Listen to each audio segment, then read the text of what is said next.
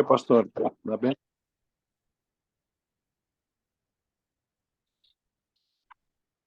A paz do Senhor a todos.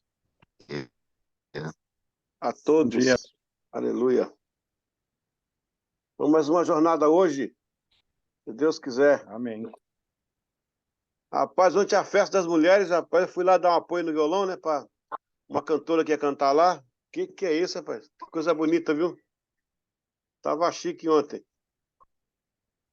A irmã Aline chegou cedo lá, irmã Aline, ó. Só nas mesas lá. Trabalhando muito, graças a Deus. Ok.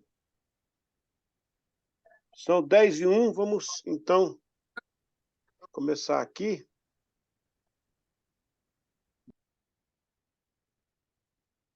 Muito bem, meus irmãos e minhas irmãs, a paz do Senhor a todos.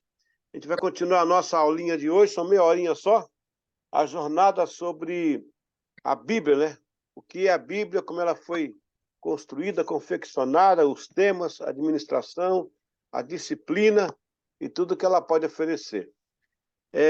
Quando você puder, caso você consiga, né, ter alguma coisa para você anotar, tem muita informação que é fora, né, da apostilinha aí, mas é uma coisa muito sua aí, tá?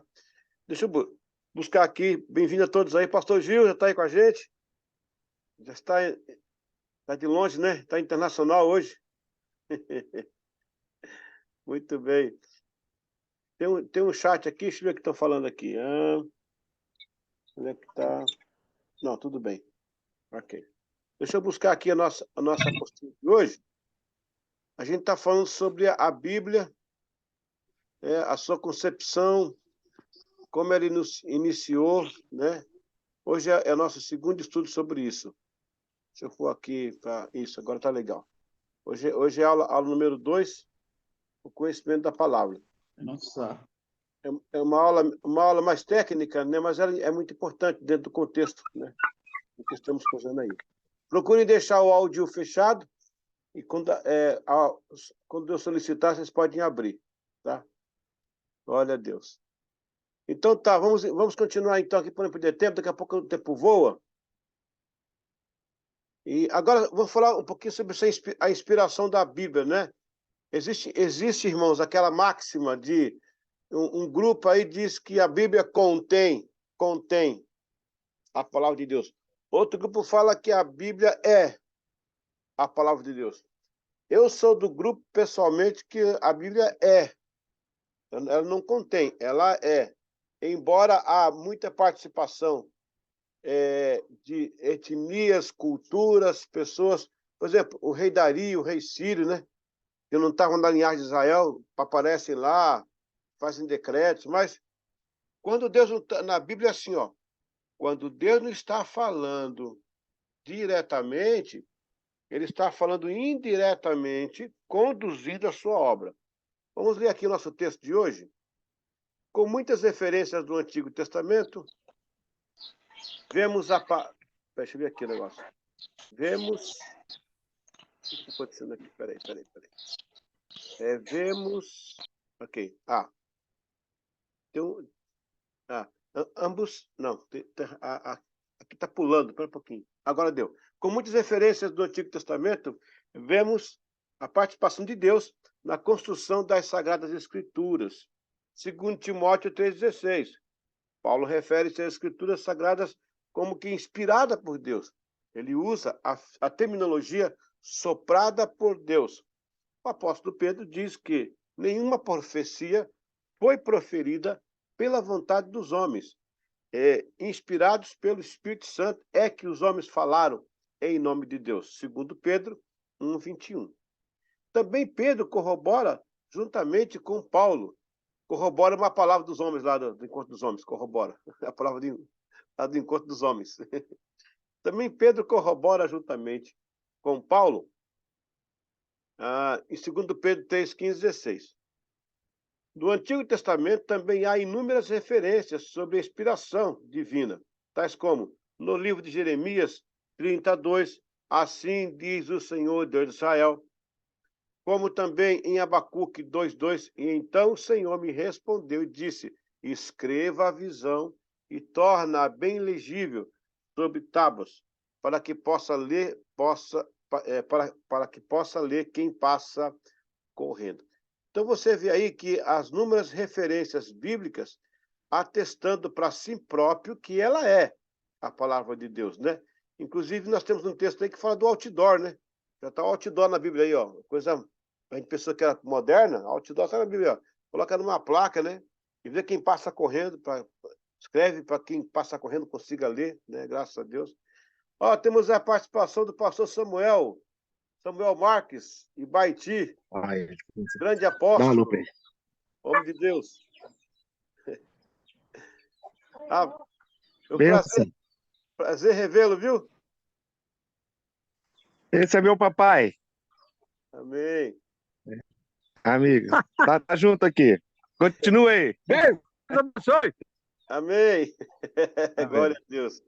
Pastor Samuel, gente boa, homem de Deus. Voltando Ó, aqui. Pode falar. Fala agora. você mora aqui? Opa! E sem pagar aluguel. Que bênção. Ô, glória. Amém. Deus abençoe, velho. Tamo junto. Amém. Deus abençoe. Vimos aí, então, que a Bíblia própria, ela mesmo fala de si, que ela é inspirada.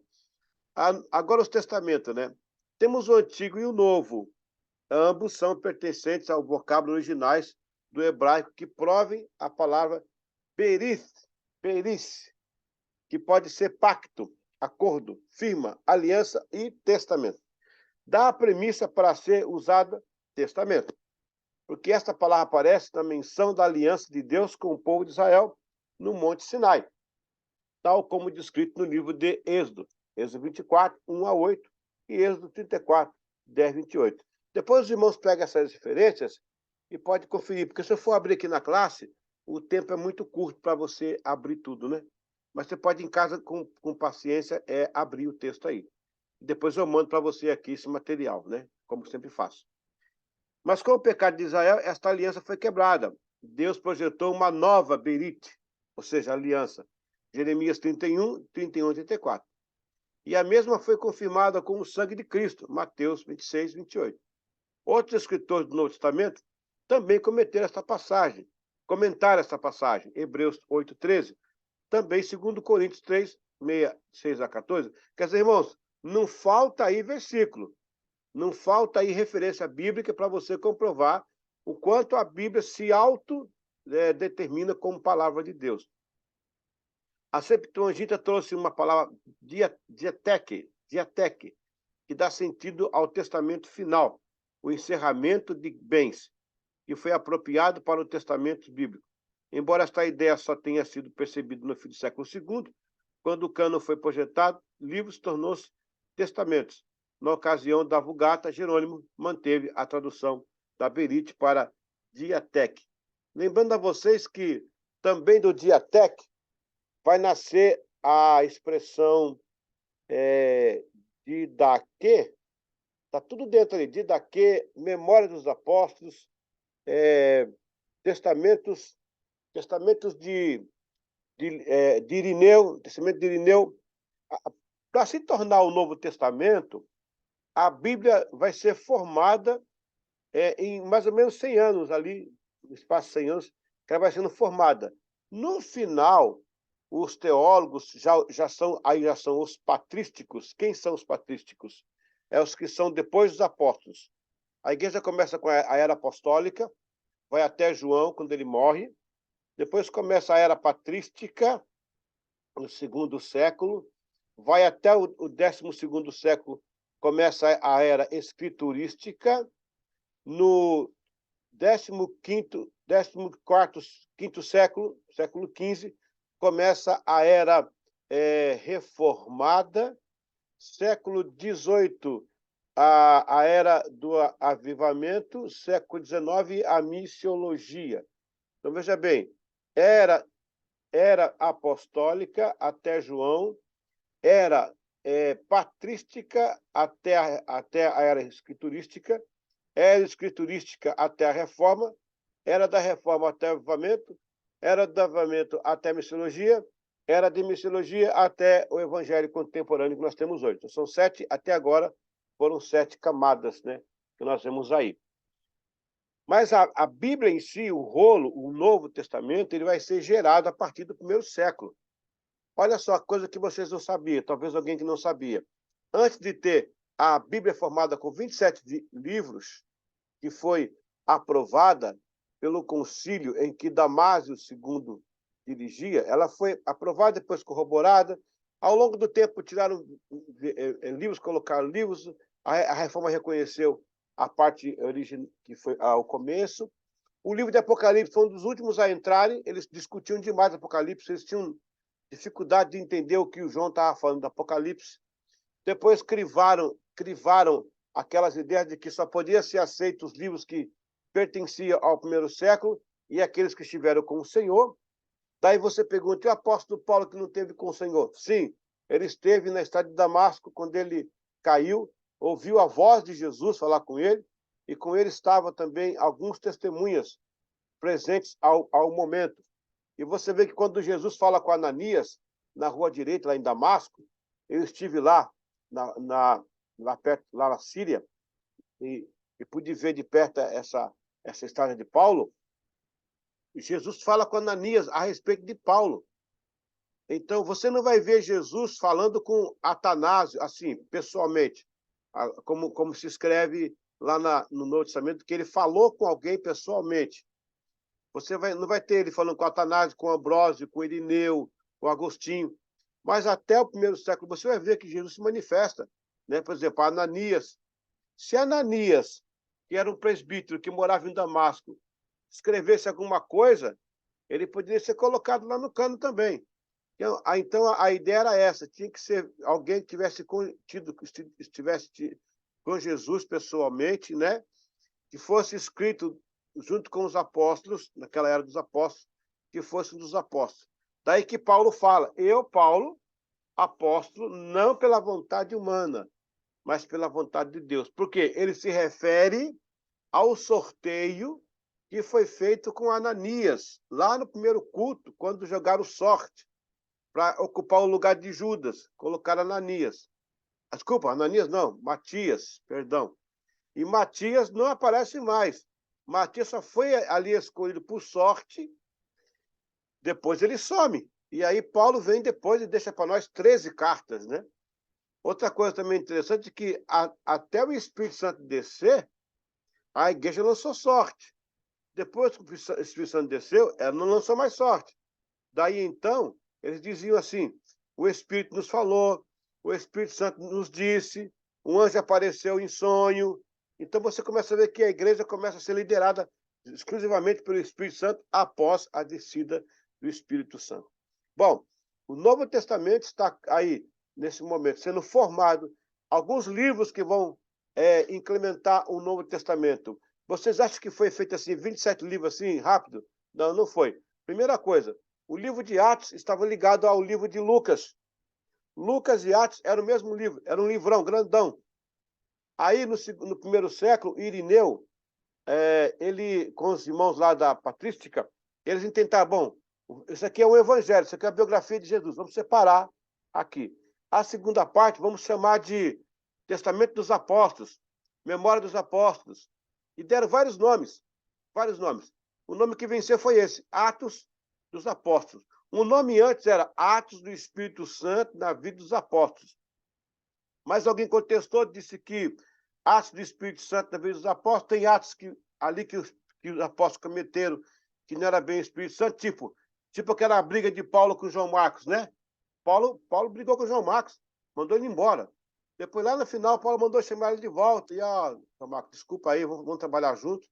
Tem também aquela desavença entre Paulo e Pedro. Paulo e Pedro também, que estavam irmão na casa de Tiago, lembra? Quer dizer, se não lembra, você não estava lá, né? Mas se você leu.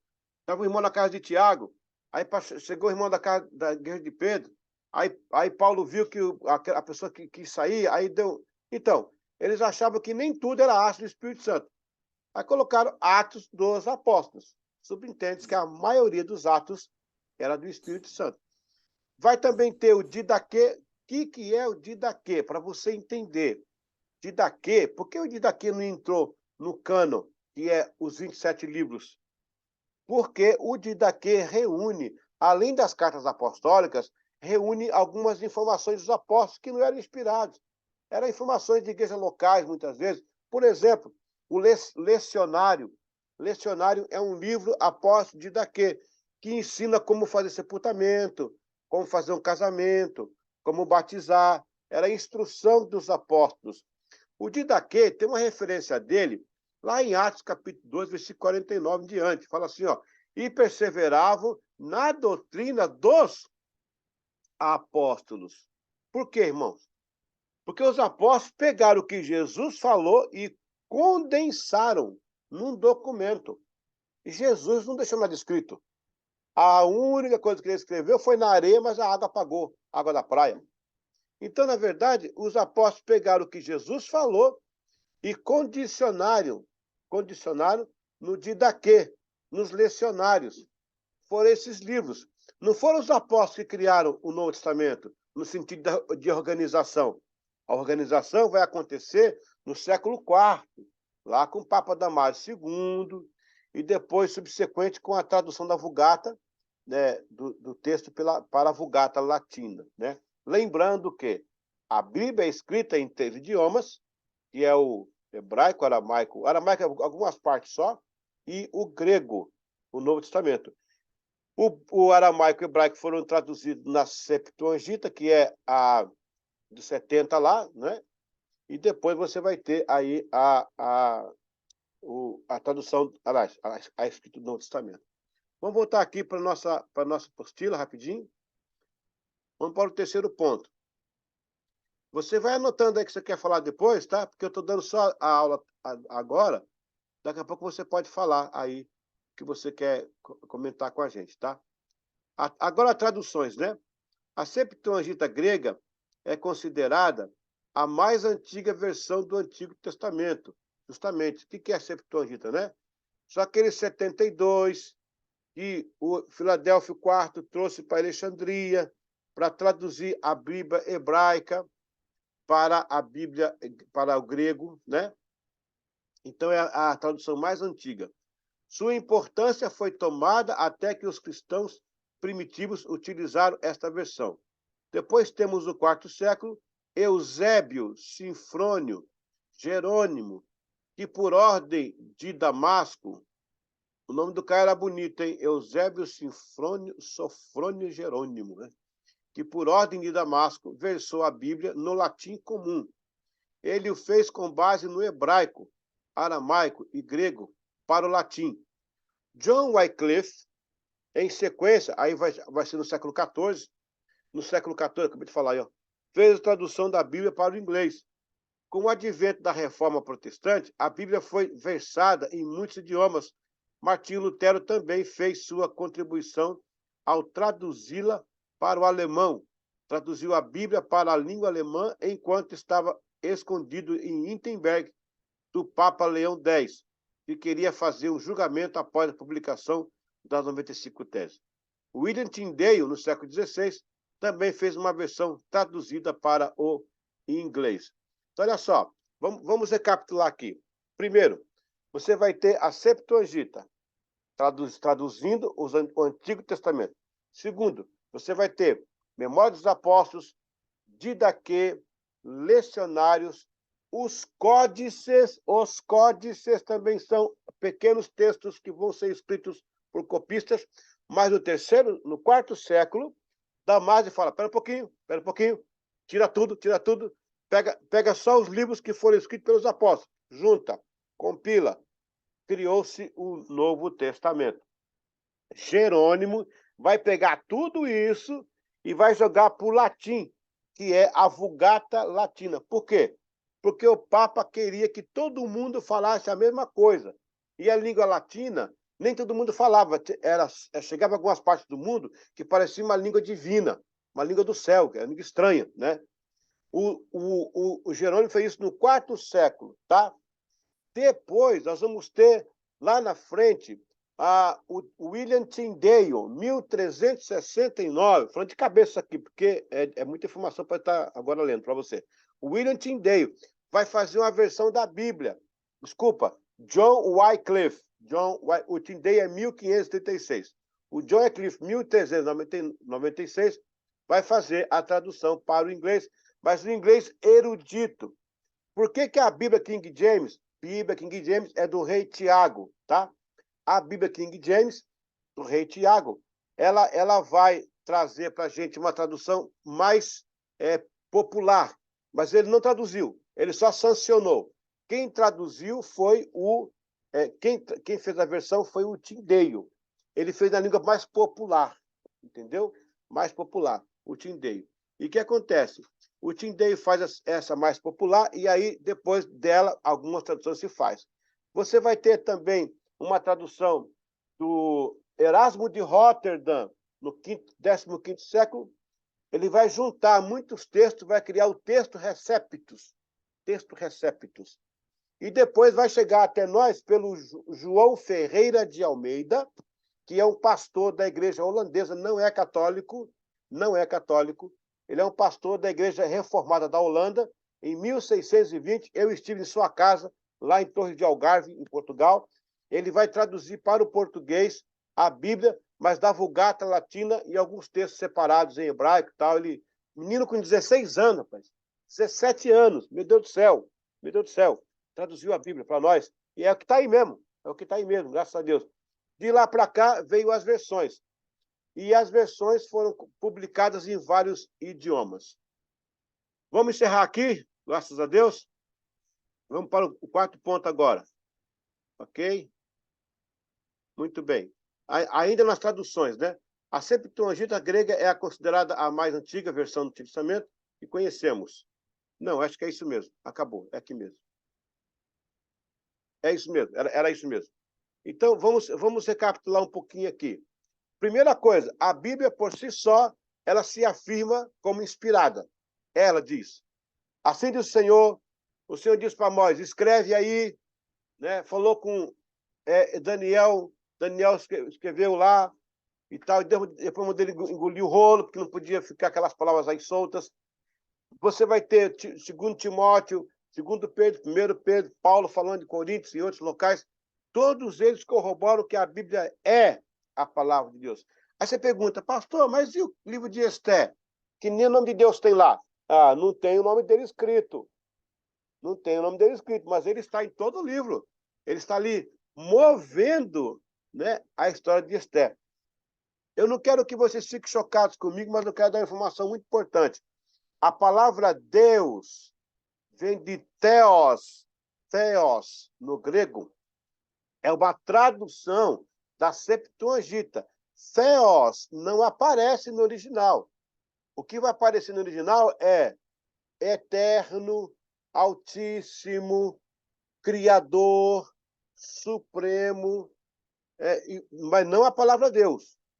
A palavra Deus ela é colocada pela Septuaginta para ficar melhor, igual a palavra música também. A palavra música não tem no original bíblico. Ele foi colocado pelos Septuagintas para facilitar a ideia, porque era cântico, adoração, exaltação, louvor, tudo isso, menos música, porque música é um vocábulo que vem dos gregos, que são das musas, ou as moças que vinham fazer orgia para os reis, para os deuses do Olimpo. Aí são 9 musas, entre elas a música. Tem a poesia, a arte, a pintura, tem a música. Deus jamais iria associar, né, a expressão música, musique, para a sua obra. Então, foi colocada pela Septuaginta, ok? Muito bem. Vamos abrir agora para você fazer algum comentário, alguma pergunta. Eu venho e despejo a aula, né? Despejo a aula. E você recebe aí, alguma coisa você anota, mas agora você pode perguntar para a gente dar uma caminhada boa aí. Amém? Vamos lá. Quem quiser colocar alguma coisa para nós, fica tranquilo. Aleluia. Bom, enquanto você pensa que você não é obrigado a participar, é claro, né, gente? Por favor, né? Eu deixo assim porque é bom o aluno também falar alguma coisa e tal, se expressar. E pode ter uma pergunta também, pode ter uma pergunta. Eu já falei que eu tenho resposta para tudo, né? A resposta não sei é uma resposta, não sei. uma resposta. Aproveitando aí a presença do pastor Pedro, que é o nosso Luso, irmão Luso, aqui na sala, agradecer a Deus pela vida do nosso querido João Ferreira de Almeida. Eu não sei se o irmão conhece Torres de Mangalve. Torres de Mangalve é uma região lá em Portugal, onde eu visitei a antiga casa do João Ferreira de Almeida. E no meio da praça lá tem um monumento dizendo: João Ferreira de Almeida não foi padre, ele era pastor. É que na época em que ele escreveu a Bíblia, a palavra era sacerdote ou priest, que dava a ideia de padre. A palavra pastor, ela vai ser usada a partir do século XIX. Até então, a palavra pastor era usada de forma muito informal. Como título de pastor, vai ser usado a partir do século XIX para identificar, né, as pessoas, no caso, protestantes dos católicos, né? Por isso que eles vão usar a expressão mais ampla de pastor. Mas até João Ferreira de Almeida, não. O João Ferreira de Almeida, irmãos, ele foi criado por um católico, por tios católicos que moravam em Portugal, lá na Lisboa. Ele foi criado sem pai e sem mãe. No caso, foi o tio dele que criou ele. Ele estava no navio holandês, ele ia para algum lugar e ele viu um folhetinho da Bíblia traduzido em espanhol. E ele falou assim: por que não? Ora, pois, por que não por em português? Aí ele começou a traduzir. Um menino de 16 anos, gente. Vocês estão sentados mesmo? 16 anos, né? Ele conhecia as línguas originais, o latim. E ele começou a traduzir. Na verdade, ele não terminou tudo. Ele fez uma tradução, tá? Uma tradução, mas a tradução se perdeu no navio para a Holanda. Depois ele foi pastor em Goa, na Índia, e ele protestava contra o catolicismo e foi ser morto. Na hora que ele foi ser enforcado, chegou alguém de cavalo, a mando do rei da Holanda, e perguntou: quem é João Ferreira de Almeida? Era ele, também ia ser morto. O cara, é isso aqui, pare a execução. Eu tenho ordem para levá-lo. Olha, Deus salvou ele na última hora e levou ele. Aí ele retraduziu a Bíblia, mas não conseguiu terminar. Um amigo dele terminou para ele e temos a Bíblia em português. Alguém quer fazer uma pergunta? Alguém levantou a mão aí? Deixa eu ver aqui. Léo. Ô, Léo, pode falar.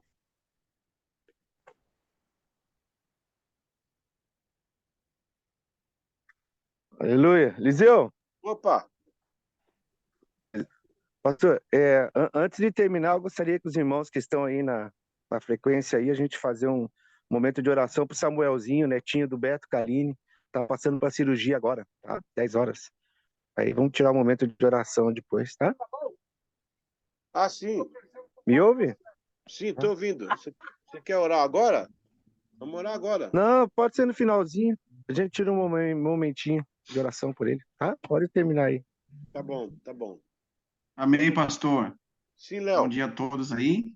Bom dia. Eu gostaria de fazer uma pergunta, pastor. O senhor comentou que não existe a palavra Deus no Antigo Testamento, né? É o Teós, não. Que vem... Isso, Teós não, né?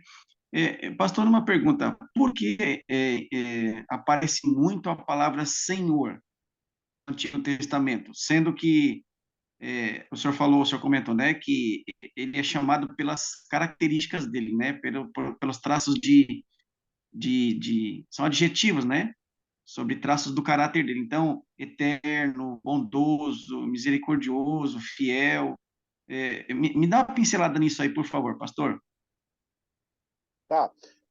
A palavra que mais aparece para Deus no Antigo Testamento é Adonis, Adonai. Por isso que tem muito Senhor, Deus. Por que a Septuaginta acoplou a expressão Deus? Porque a palavra Senhor, na cultura grega, era muito dirigida ao senhorio, ao homem em si, governante de uma casa ou de uma propriedade. Para que o mundo soubesse que aquele senhor...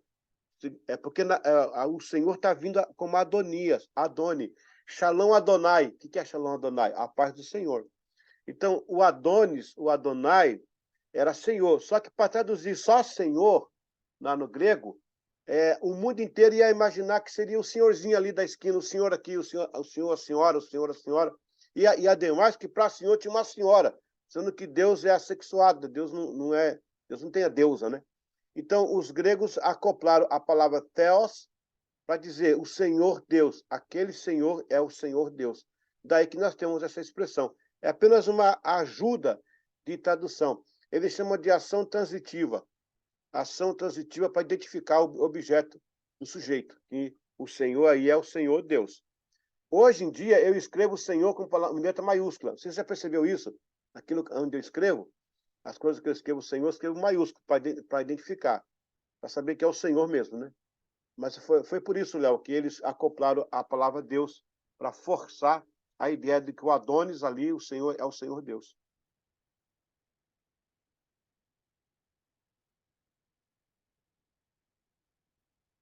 Consegui sanar a dúvida aí, não, né? Ok. Temos mais um tempinho para mais uma pergunta, mais uma participação.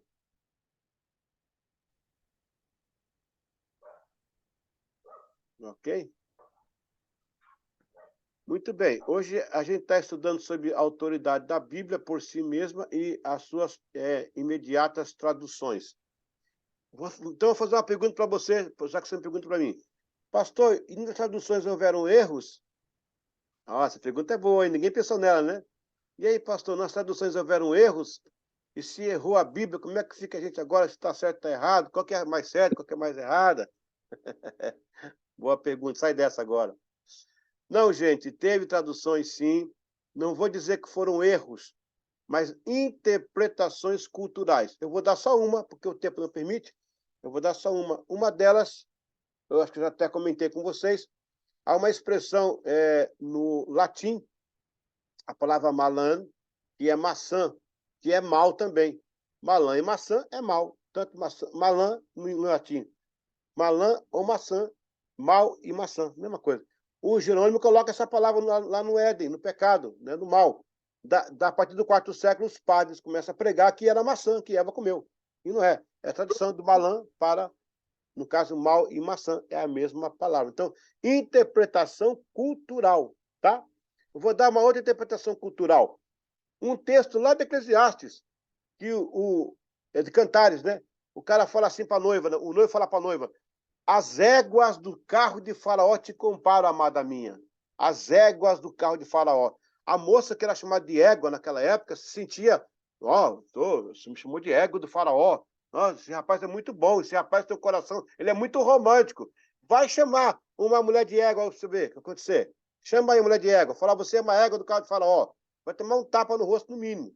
Então, expressão cultural, sim. Interpretação cultural teve as suas nuances. Mas erro em si, não. Até porque, quando havia uma inserção dentro do original, abria-se um parágrafo chamado parágrafo apócrifo e o copista adicionava um texto para ajudar na compreensão.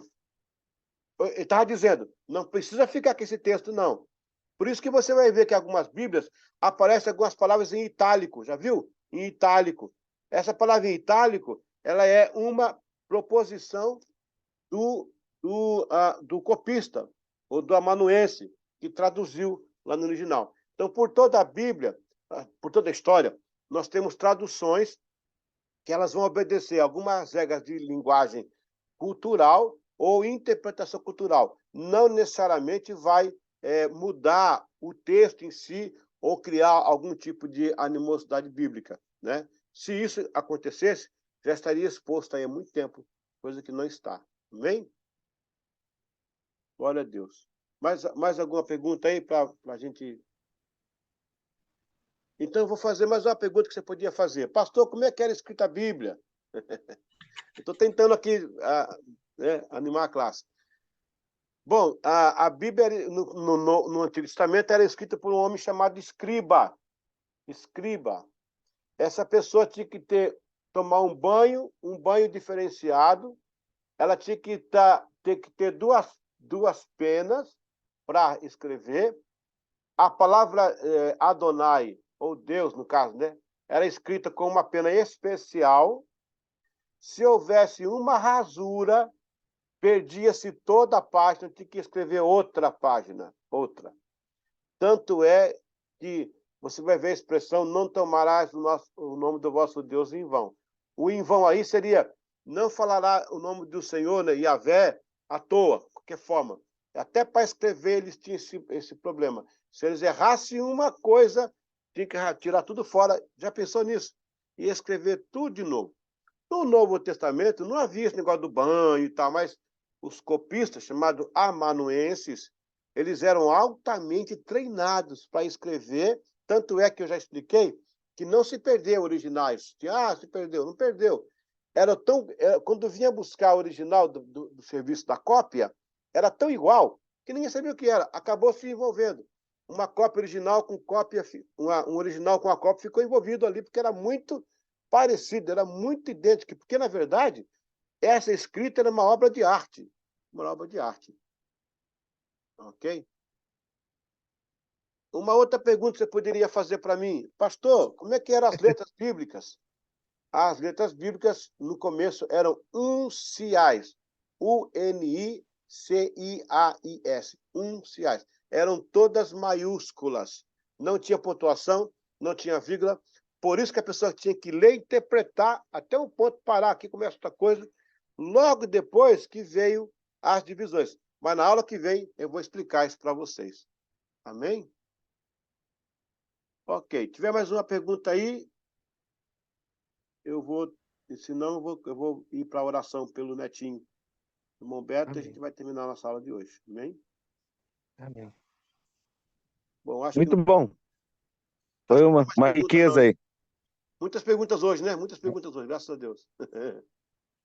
Uma riqueza. Benção. Deus te abençoe, querido. Amém. Aleluia. Pastor Gilberto, vamos orar então. Clamar a Deus Pode. pelo... Como é que chama, né? É Samuel, né? Samuel. Samuelzinho. Oremos Pode então. orar, Eliseu. Hã? Para você orar, pode orar. Aqui, Tamo junto. vamos orar. Pai, em nome de Jesus, a IBD Pleno se une em oração. A tua palavra diz, onde estiver 2 ou 3 em teu nome, estamos aqui em mais de 2 ou 3, e em teu nome. Portanto, o Senhor está conosco. Pai, graças te damos por essa situação, porque sabemos que o Senhor tem o melhor.